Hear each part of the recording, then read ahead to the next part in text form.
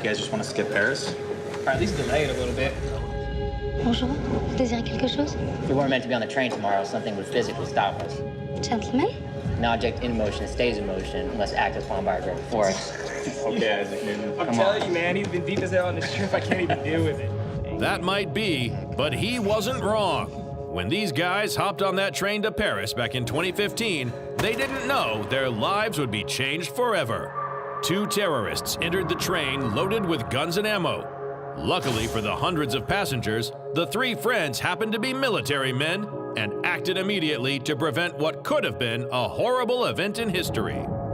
It wasn't by accident that we were there. I mean, we had the exact skills and knowledge needed for that situation. And while I think any person could have tackled the terrorists and lived, I definitely think that our skills and the things that we had done prior definitely kicked in on the train. When on the train, it was like, kind of like we had like every perfect person that we needed there. When the terrorist attack happened, it was like a pretty traumatic thing, but we didn't even have time to like digest it because it was such a world story within like 24 hours. And because of their heroic act, Spencer Stone, Alex Skarlatos, and Anthony Sadler are now considered real American heroes.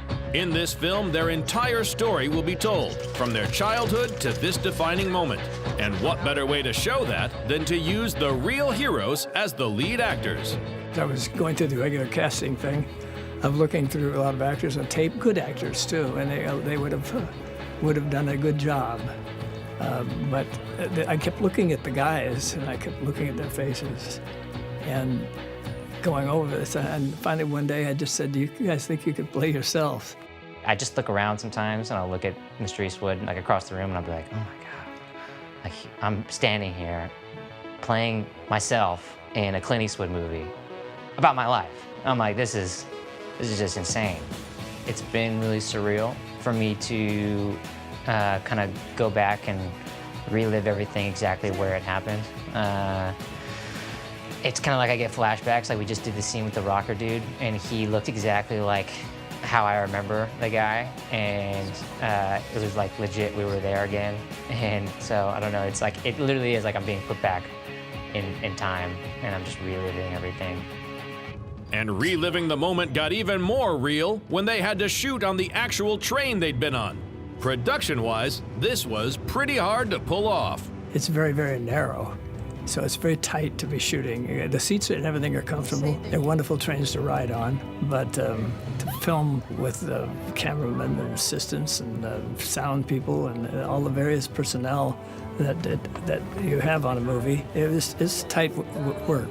Every time we got into a station, we were only there for however long it would be, 8 minutes or 30 minutes at that station. And of course, we would want to jump off with the camera and get some shots of that station and then jump back on with the camera. So it took there was quite a bit of planning in it. And even at the beginning when we started out in Amsterdam, we had about a 2.5 page scene, and we had about an hour and a half to shoot it on the platform. And then, like everything, I mean, we were rolling cameras as we jumped on the train and we took off and was on to the next destination. To make a film on an actual train with the real men that were involved is a bold move, even for Clint Eastwood. If you'd like to know the full story of the 3 American heroes, then check out the 1517 to Paris. I don't know, man. You ever just feel like life is just pushing us towards something, like some greater purpose? Like what you see? Subscribe to our channel for more exclusive clips.